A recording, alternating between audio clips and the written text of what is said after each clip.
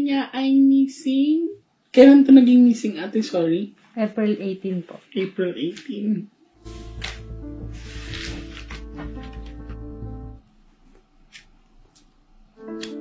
Buhay pa. Kaya lang palipat-lipat sila ng lugar. And then, may tutulong daw sa inyong babae.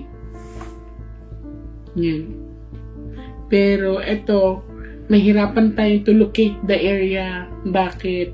Kasi ang Ace of Flower is travel and distance. So, ang ibig sabihin po niyan, mother, palipat-lipat sila. Yung mga pulis na to, sila ang kumukuha ng mga missing sa bungero galing sa farm. Sila ang nagdadala doon sa Taalik. Marami yan sila actually.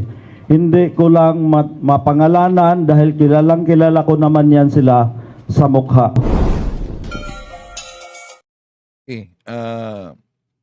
Siguro, desperado na ang iba sa resulta sa investigation. Kaya doon sa kilalang manghuhula na si G. Costura, lumapit ang mga ilang kamag-anak. At ito, nakita ko, mga 4 na taon nakalipas. Napansin niyo sa sinabi ni G. Costura na buhay pa umano palipat-lipat. Ito'y taliwas naman sa sinabi ng saksing si alias Tutoy na tapos kinuha sa itinuturo niyang pulis, ang iba'y itinapon doon sa Taalik. At batay din sa hula 4 na taon nakalipas ni J. Costura, sabi niya, may tutulong sa inyo, babae. Lalaki naman si Totoy. Tinatalakay natin ito mga kapatid dahil una, makita natin may rosary si J, may ilang mga santo si J. Pero alam nyo ba, maring ipinagbabawal sa simbahang Katoliko ang paglapit sa mga manghuhula. Catechism of the Catholic Church 21:16, 21:17, at maliban dyan, sa Bible, ipinagbabawal din yan. Deuteronomio Kapitulo 18, 10-14, na sinasabing, sino man sa inyo'y huwag magsunog ng kanyang anak bilang handog.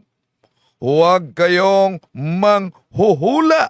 O, nasa Biblia yan.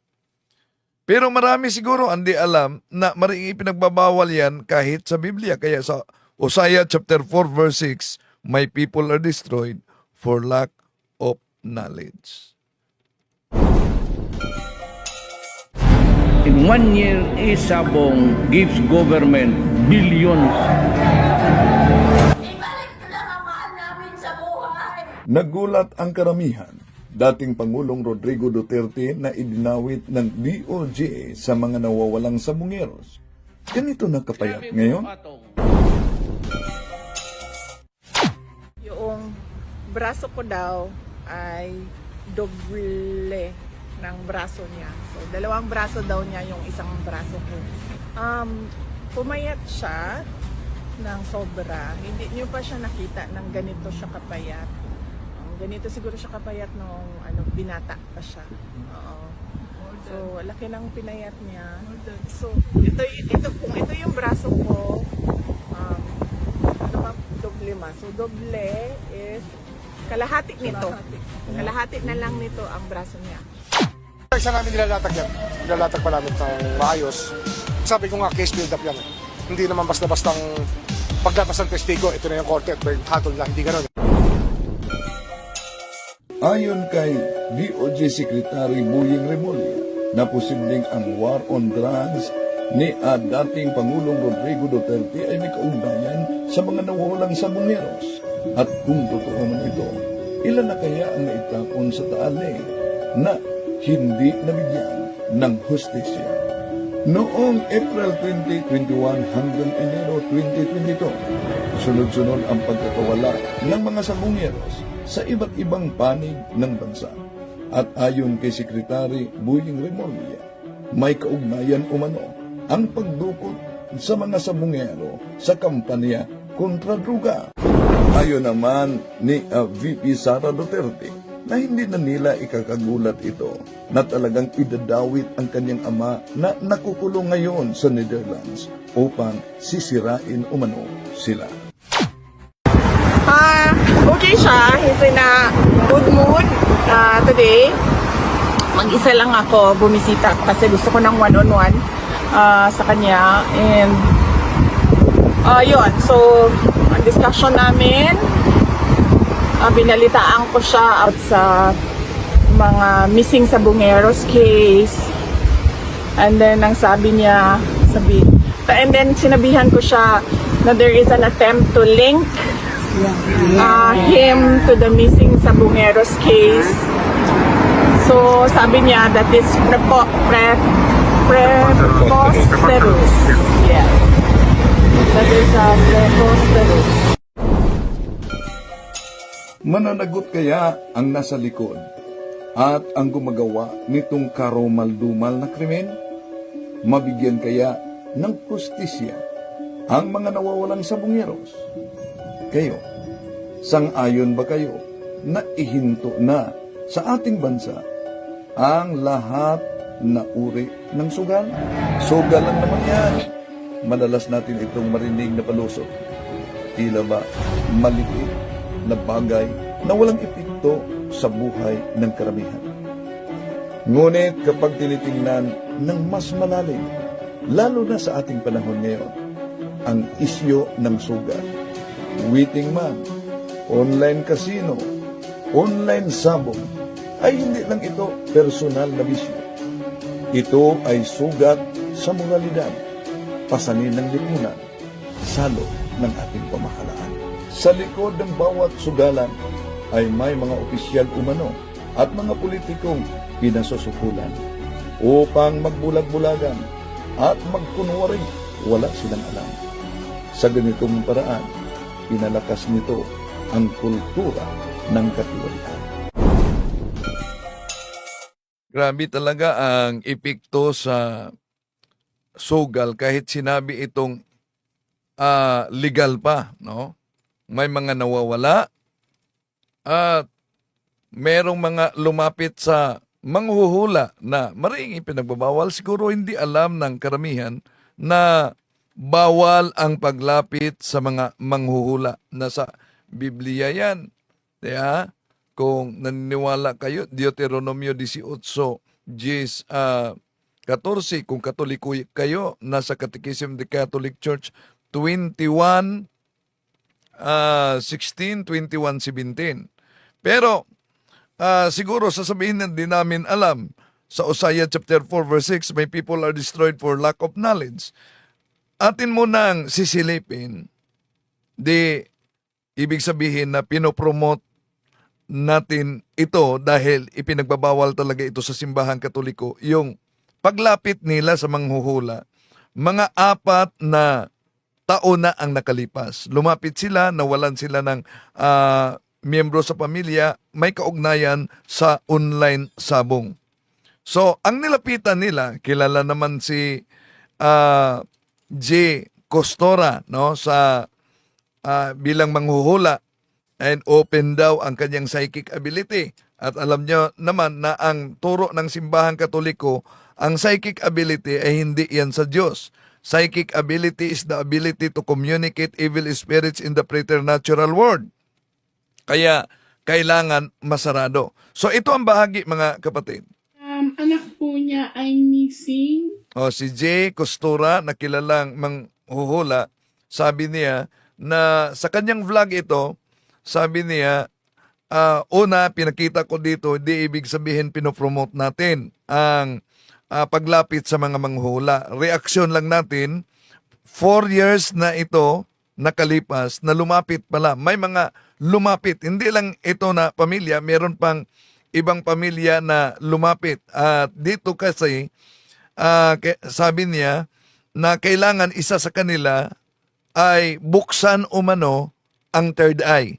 At pag mabuksan na niya ang third eye, di na umano yan masasarado. O na, maaring masasarado yan sa simbahan, pero kailangan na willing din na isarado. So, at mamuhay sa kabanalan, mamuhay sa estado ng grasya.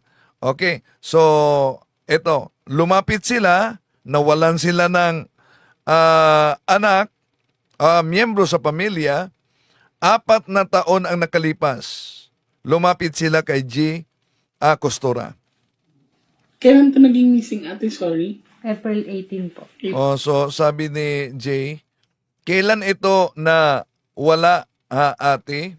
So sabi April 18, 4 years na ang nakalipas ha.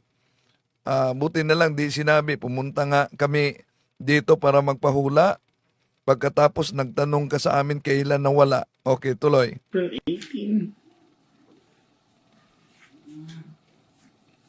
Ano na ba tayo ngayon? So, isang buwan na mahigit. Okay. 36 days.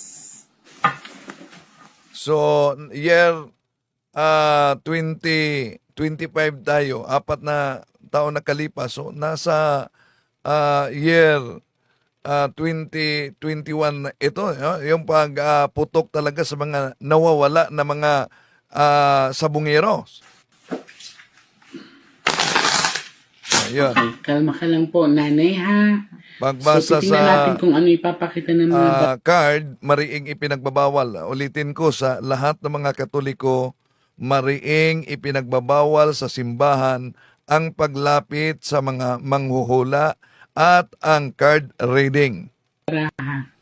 Okay? So, Mother, gusto ko lang ipaalala sa inyo na you are the one who picks your card, ha?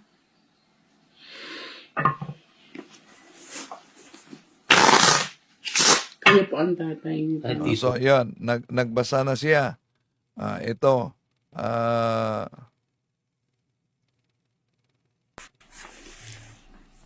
Hindi.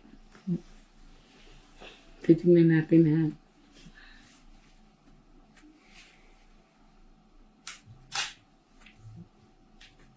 May nagutos.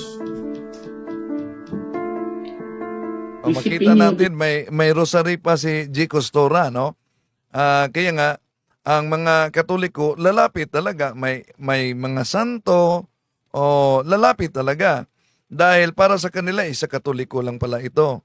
Dahil may rosary, may ilang larawan ng mga santo, kaya makapaniwala sila na ito'y may kaugnayan lang sa Katoliko. This is a king. King is a power. He has a power. So binasa niya ang card, may nakita silang king. Ang king ay powerful. Command. Sino kayang tinutukoy yan? Iyon kaya ang sinasabi nilang si AA? Tingnan natin. May konti silang perang dala. Hindi naman gano'n ka laki yan.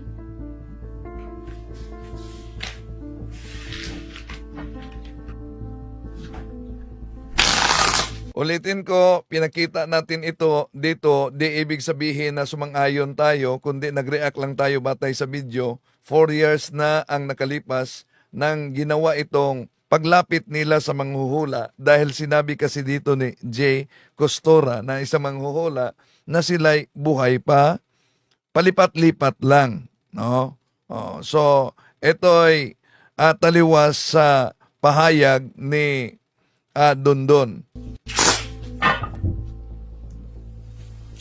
Katatlo. So si nanay ang nagkuha sa braha at di pwede daw na siya ang buksan ng third eye dahil siya ang kumuha sa braha, dapat iba.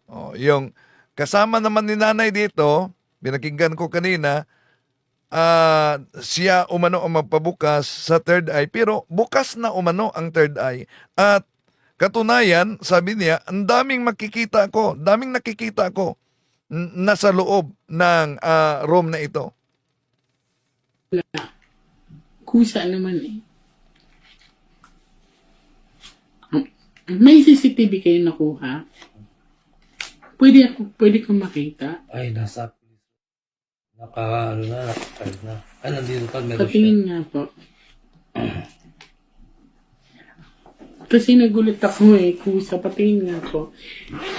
Ano na lang po, Dalawang, yung ano na lang po to, nung nabalita na po sa TV, nabigay na namin. nabilita ba to sa TV? Opo. So, yun. Di niya nahulaan yata na nabalita na pala ito sa TV, no? So, yan. Tuloy natin. Teka pa, hanapin ko na. Sir, nasa iyo ba? Hanapin mo nga. Nasa iyo. Nasa akin. Nandito rin yan. Hanapin ko lang. Tingnan mo sa file ni, ano, Hindi, kay Ryan yun. Madali.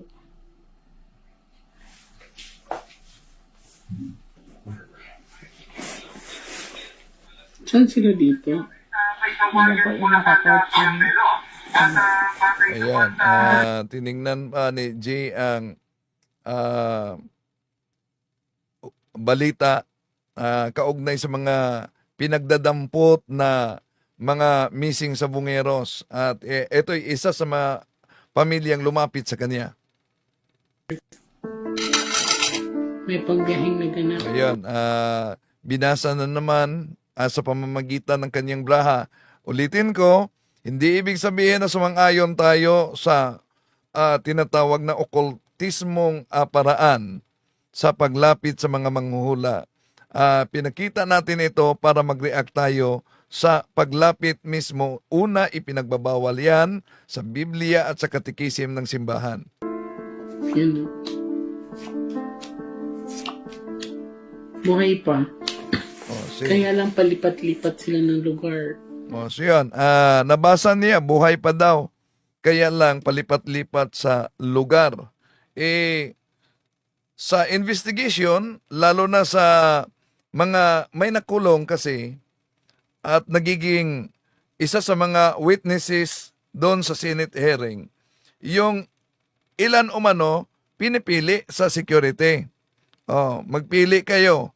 Papatayin kayo o kakasuhan kayo. So, mas pinili umano nila na kakasuhan sila. Pinagbintangan daw umano silang nanyopi sa sabong. So, mas pinili nila na kakasuhan sila. Kinasuhan sila, pero ang kaso nila ay kaugnay sa drugs. Yan. Pero, ang sabi din ni alias Tutoy, yung si Dondon na right hand ni Atong Ang, nagpakilala, meron nga nakita natin sa Senate hearing na nandyan talaga si Dondon kasama, hindi pa tumitiwalag kay Atong Ang noon, no?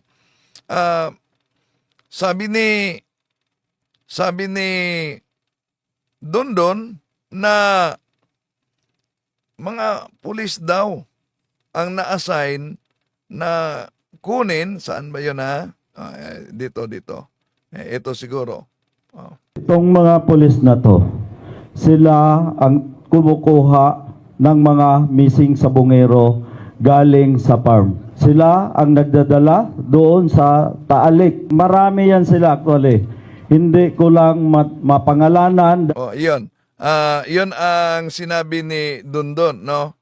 So, ngayon, paano masasabing buhay pa sila, palipat-lipat lang? Ano yan? Kidnap o ransom? Tuloy natin. And then, may tutulong daw sa inyong babae. So may tutulong daw sa inyong babae. Iba naman ang lumitaw. Right hand, nagpakilalang right hand ni Atong Ang na si Dondon, lalaki, Itong mga pulis na to, sila ang kumukuha ng mga missing sa bungero galing sa farm. Sila ang nagdadala doon sa Taalik. Marami yan sila actually. Hindi ko lang mapangalanan dahil kilala ko naman yan sila sa mukha. Itong si Kernel Malinaw, membro ito ng online sabong ngayon na active dahil siya ang CIDD, siya ang PD ng Batangas. Ayan, lalaki ang lumitaw. Iba sa resulta sa binasa ni J. Costora na may tutulong sa inyong babae. Okay, tuloy natin. Yan. Pero ito, mahirapan tayo to locate the area. Bakit? Kasi ang Ace of Flower is travel and distance. So, ang ibig sabihin po niyan, mother, palipat-lipat sila. Ang panghahawakan ko po ngayon, Yun. Yung nawalang sabungero talaga, palipat-lipat. No, palipat-lipat. So, kaya nga ang tanong, ano to? Kidnap o ransom? Iba at taliwas talaga sa pahayag ni alias Totoy. No? ay buhay pa sila. Now, pababalikin ko kayo. Titingnan natin ang cards nyo. Kung kayang bumalik ng Friday. So, di pa mahulaan niya sa pagkakataong yan. Kailangan pang babalik daw umano sa Friday. Kailangan pang babalik sila Friday. Bakit kaya? So, kay Bonnie kayo nagpa-schedule. Sige. Pwede natin sabihin nyo kay Bonnie na pinabalik kayo ngayong Friday. Kailangan nating bilisan So, mukhang marami siguro ang magpahula talaga kay G. Costora, no? Kaya may mga nagpa-schedule na sa kanya. At hindi lang itong pamilya na ito, meron pang ibang pamilya na nakita ko na lumapit at nagpahula sa kanya kaugnay sa mga nawawala nilang kapamilya na may kaugnayan sa online sabong. Usually, nagpapa-call down ako ng cards ng every 2 weeks, no? Pero sa sitwasyon na to, kailangan natin magmadali kasi may life pa. So, kailangan magmadali umano, kailangan mo babalik pa sila tuwing ngayong Friday. Bakit? Dahil may buhay pa, may buhay pa. May buhay pa, palipat-lipat lang. Mahirapan lang kasi tayo nito, ate. Armado ang kumuha ng anak niyo. Tapos may perang involved.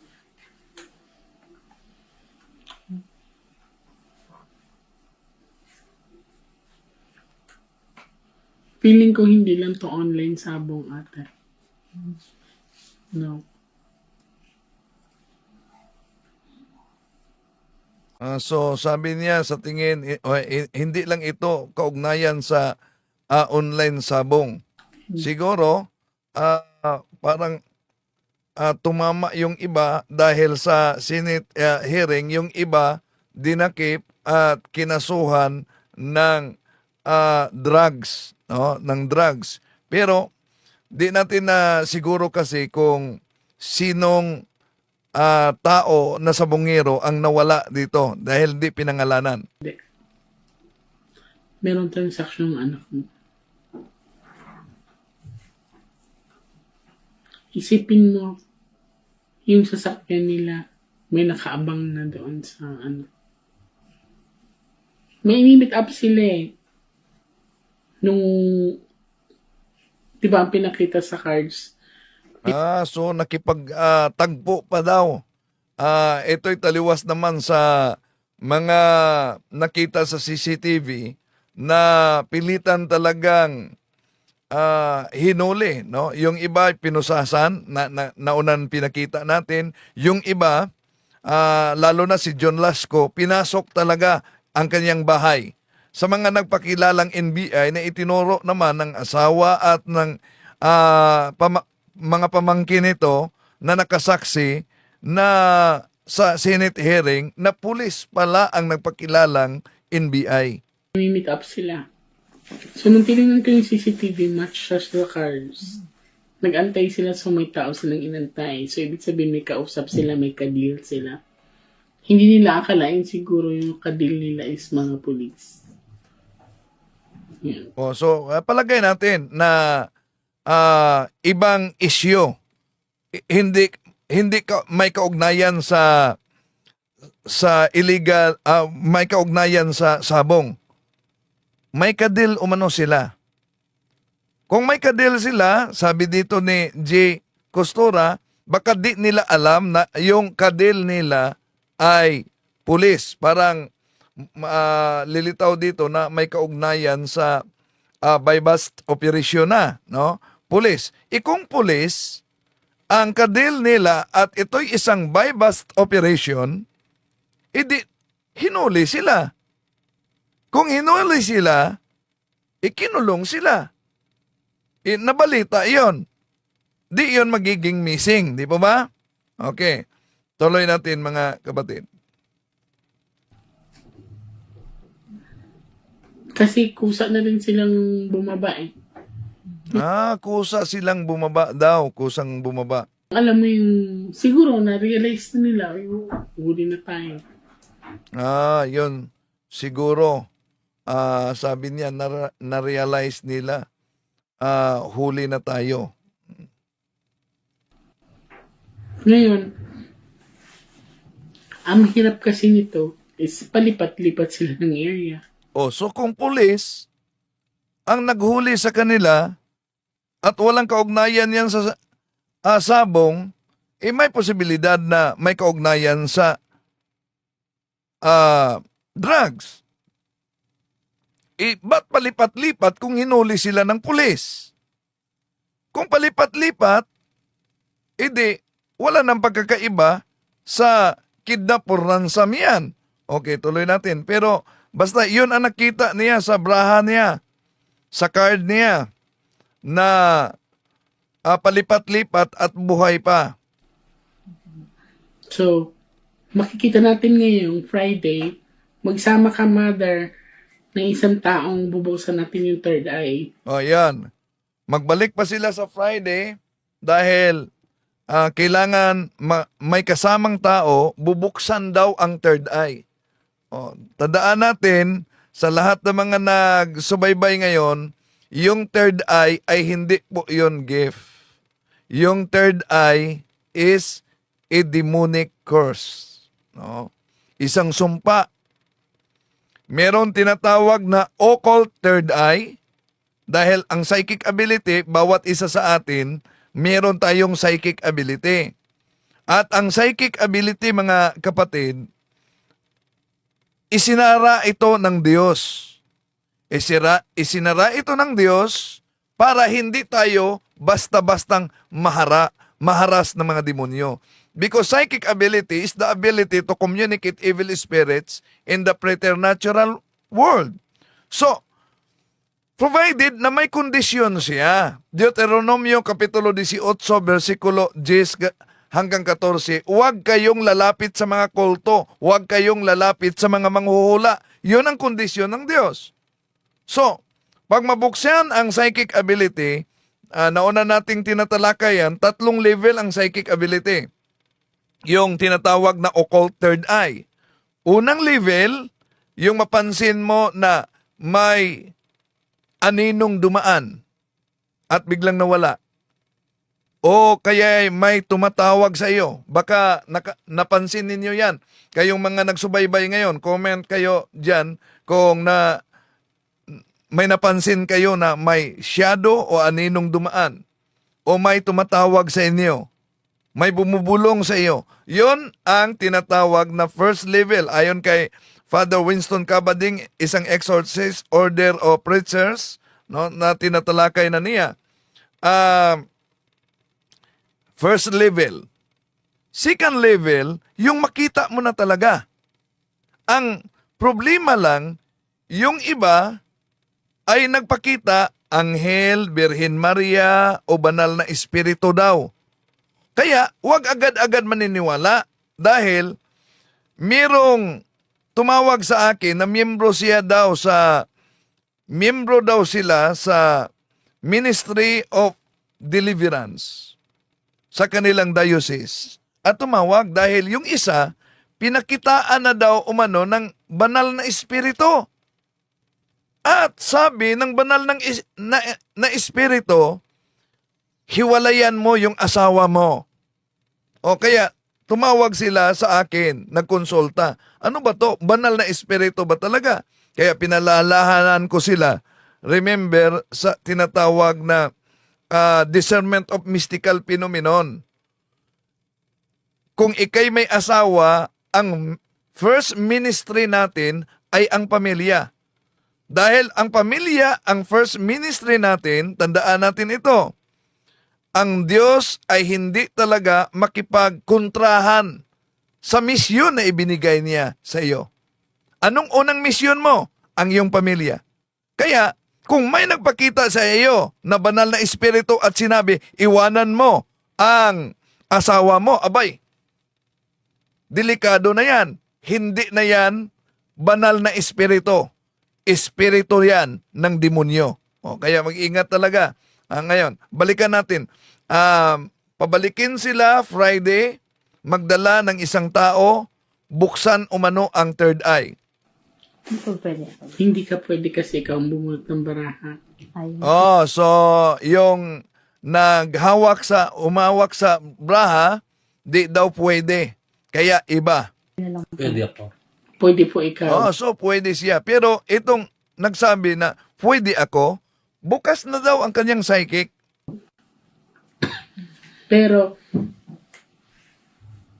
hindi na makaklose po yan, ha? Actually, bukas na.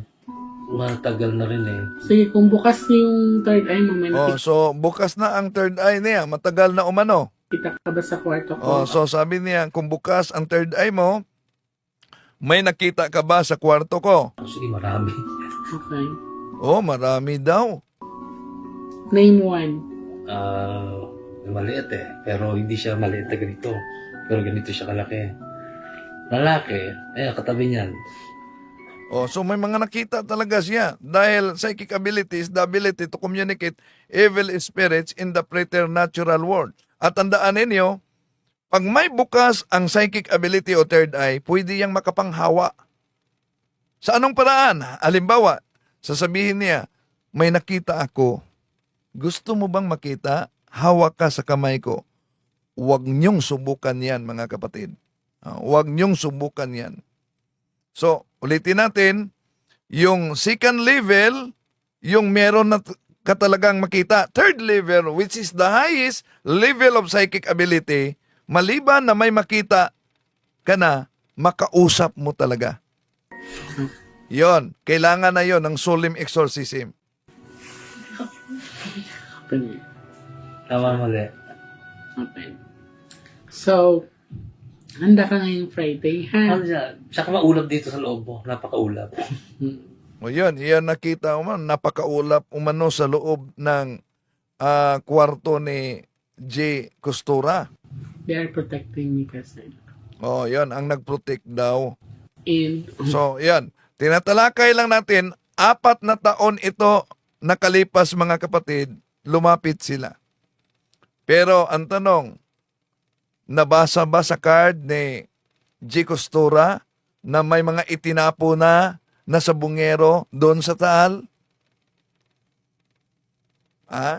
Kung ang PNP, ang Coast Guard, nangangailangan sila ng kagamitan sa pagsisid sa ilalim ng Taal, si G dito, ang kaniyang kagamitan, dapat buksan daw ang third eye na mariending ipinagbabawal. So tinatalakay natin ito, mga kapatid, dahil kung kayo'y Katoliko, dapat alam ninyo